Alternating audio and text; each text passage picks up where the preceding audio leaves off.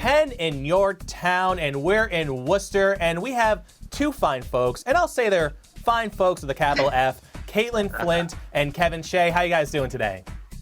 You can't complain.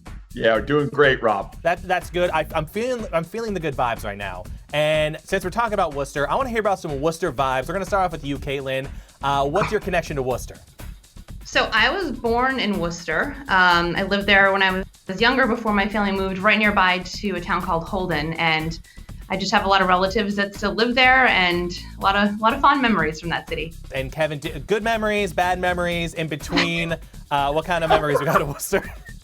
Great memories of Worcester. The people, Katelyn can attest to this too. I say all the time, the people of Worcester are some of the toughest people you ever meet, but the biggest hearts you'll ever meet too in people. They do anything for you, but if you cross them, they'll let you know, and they might drop you right there on the street. Well, that's just a warning to you, Rob, moving forward. Yeah, that's true.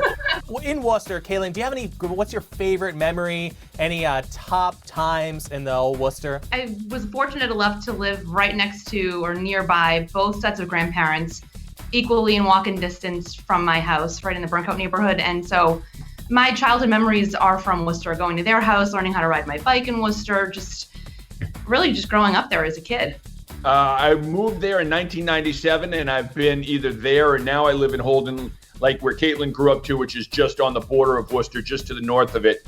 But I would say some of my fondest memories of Worcester are the St. Patrick's Parade and just gatherings afterwards, hanging out with your buddies after the parade.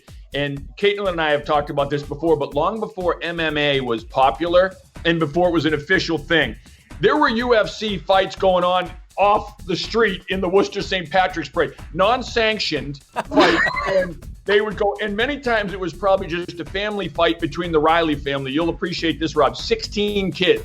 The Riley family, 16 kids. They had a 3-decker. All the kids lived in the 3-decker. So more often than not, it was probably just two Rileys fighting on the side of the road. But long before UFC was popular, Worcester kind of maybe was the birthplace of it. With the Rileys, they're riled up. And the thing about Massachusetts, and we were talking about Worcester, they're tough, but they'll do anything for you, I hear. They're tough, but got a nice soft heart. Would I be correct in saying that? I think so, as long as you pronounce Worcester correctly. And that I am so afraid. I asked you guys beforehand, I'm like, is it Worcester? Because if it's not Worcester, I don't want to get tweeted at. That's my greatest fear.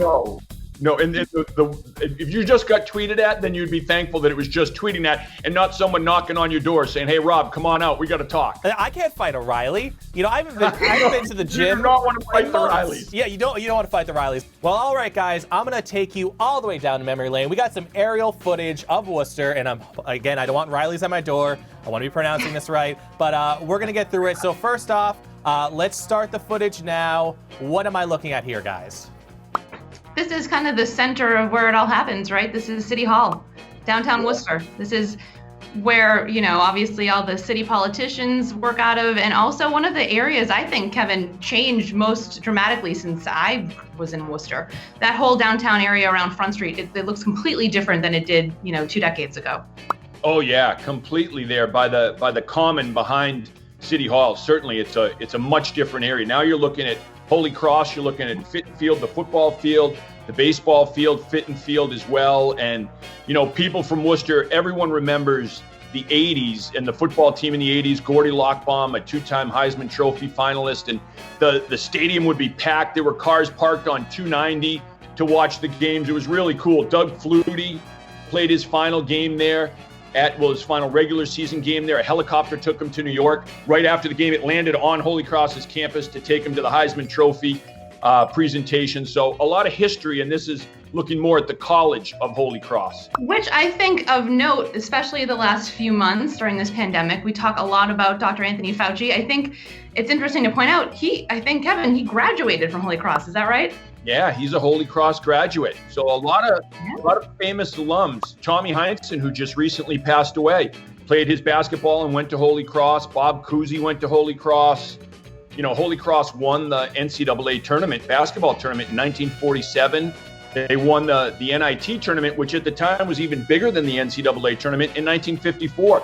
A lot of really famous alums. There's a statue of Bob Cousy out in front of this right here is the Luth Athletic Complex and the Hart Center. So this is the athletic complex for the college where there's the basketball and the hockey and an indoor turf field.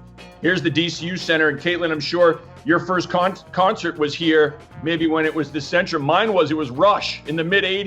Ooh, Rush. Katelyn, what was your concert? What was your... I have to say, when I started going to the Centrum, as it was called back then, it was to see the circus as a kid. Oh, okay. I don't know if it was the Centrum or the DCU Center. My first concert was actually not there. But it was my second concert was. I saw Aerosmith there. Ah. Yes, and I had to be chaperoned. I was, I think, in 7th grade. Our friend's dad had to take us there. And I bet, looking back, that father was so thankful that he had a cool daughter with cool friends, because there are worse concerts I think he could have been dragged to as a dad. Very much 100%. so. He could have been going to a boy band instead of going to Now we're looking at the Worcester Country Club. Now this is famous because it was the site of the first Ryder Cup, the Ryder Cup golf tournament, where it's the USA versus Europe, and it's great. People love it because it's team golf, and it's, again, because it's the United States versus all Europe. The first Ryder Cup ever was held here at the Worcester Country Club, and I've certainly given a lot of golf balls there in the woods surrounding the Worcester Country Club a couple times that I played there. Elm Park, and people skate. I've skated on the pond there at Elm Park. You'll see a lot of people when they get married, they'll take pictures on the bridge there. It's very picturesque. And the group that designed Elm Park, they actually designed Central Park in New York City. And supposedly Elm Park was the first one, and then they kind of expanded on it for New York. Ooh, I like that. I didn't know that. It's a little feather in the cap for Worcester when you say Central Park actually kind of owes a little bit of something to the city of Worcester. Yeah, exactly. And it may not even be right, but it's official now that they're saying it on this cast. Hey, the facts are what you make it, you know? You're right. I love it. That's very Worcester, you know? As long as it went down in urban legend, urban history, that's all that matters. It's true. If people are saying it, it's true. All right, so what are we looking at here? What part of Worcester is this? This is Union Station. Woo! It's a very pretty train nice station. Looking. That's a nice kind of building. Changed a lot. And there's a lot of function space now. I actually went to a winter formal inside this train station. It's gorgeous and grand on the inside. They have a lot of functions, and obviously the commuter rail heads there from the city of Boston. Yeah, it certainly is pretty. I remember it from the weigh-ins for Give Kids a Fighting Chance. Now, Rob, there was a thing the Worcester Police put on this boxing show every year for 11 years to raise money for the Boys and Girls Club. They raised almost $1 million in 11 years, but they would have the weigh-in here, and it would be the mayor fought a city councilor once when Tim Murray was the mayor. You'd have city councilors fighting each other. You'd have Worcester Police versus state police. You had people in the financial world fighting each other. It was great, and it was all for a good cause. I have to guess, Rob is never stepping foot in Worcester from all of the stories Kevin Shea is telling now. He's like, people are fighting each other. It's a bloodbath every day, St. Patrick's Day. I gotta tell you, Rob, we're not that violent. You're right. I'm making it out to be more violent than it is. It's the Thunderdome. Worcester is the Thunderdome. Pop it in the headline, you know? You're right. You're gonna think it's Mad Max. You gotta come down the street. You gotta be armed. You gotta have the chainmail on. I'm bringing a full suit of armor. I'm trying to be the counterbalance here. I'm like, I went to a formal dance here, all dressed up, and Rob's like, yeah. Yeah. Kevin's like, Rob, look, this is where we came. But guys, do you understand this? This is the dynamic of Worcester. We have the tough part and the soft and like the nice part. You guys are representing both. All right, well, we got a nice shot. I feel like I'm rising to the heavens right now. What am I looking at here? This is Polar Park. Yeah, Polar Park. This is the newest jewel in the city, and I've always said Worcester is the crown jewel of the Commonwealth. The crown jewel, you say? The crown jewel of the Commonwealth is Worcester. Kevin's changing his tune dramatically after that conversation. I'm getting text messages from the city manager and the mayor. You got to talk us up a little bit better than you're doing right now. But this is going to be unbelievable. It's going to open in April. And it's where the Woo Sox are going to play, the Worcester Red Sox, the AAA affiliate of the Boston Red Sox. They moved up from Pawtucket, and this brand new stadium is being built over $100 million. and it's gorgeous right now.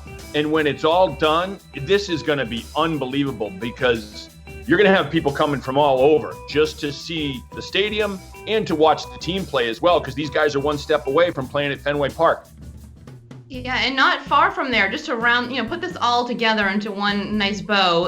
Yes. Coney Island, not a far drive from that location, and that is where Kevin is wearing his T-shirt from. Ooh. One of the probably most famous hot dog joints, I guess. At least on the East Coast and Northeast, right? Oh, I would say one of the great things about Worcester, the most famous hot dogs in the Northeast. The true Coney Island hot dogs. I don't know if you can see this Coney Island shirt we got here. Perfect. But yes, I won a hot dog eating contest there with some of my colleagues from work years ago, and the owner gave me the T-shirt for winning the contest. Being a hot dog eating contest winner, what's your strategy? Well, this is what we had. 20 minutes, as many hot dogs as you can eat in 20 minutes. So I just kind of, I got out to a good start and then just kept the momentum going. Positive momentum. Slow and steady eats the hot dog. I love it. Exactly right. The hair. I'll take one for the team this time so that Kevin's not the only one who, maybe said a few missteps. I have actually never had a Coney Island hot dog. Whoa. Whoa. I know. Scandal.